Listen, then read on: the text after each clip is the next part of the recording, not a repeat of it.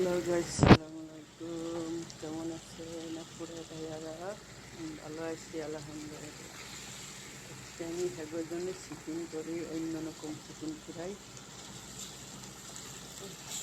আমাদের দেশের মতন খরচ করে দিচ্ছি, আমাদের দেশের মতন করে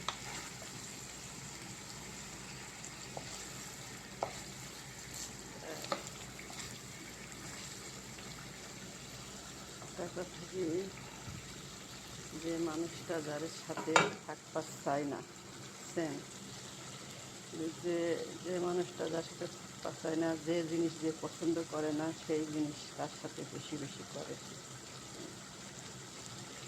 সে মুখ দিয়ে বলতে পারে না, কিন্তু সে যে মানুষ তার অন্যায় দেখে খুশি হয় না, সে জিনিসটাই সে ঘন ঘন শতবার করবার ট্রাই করে।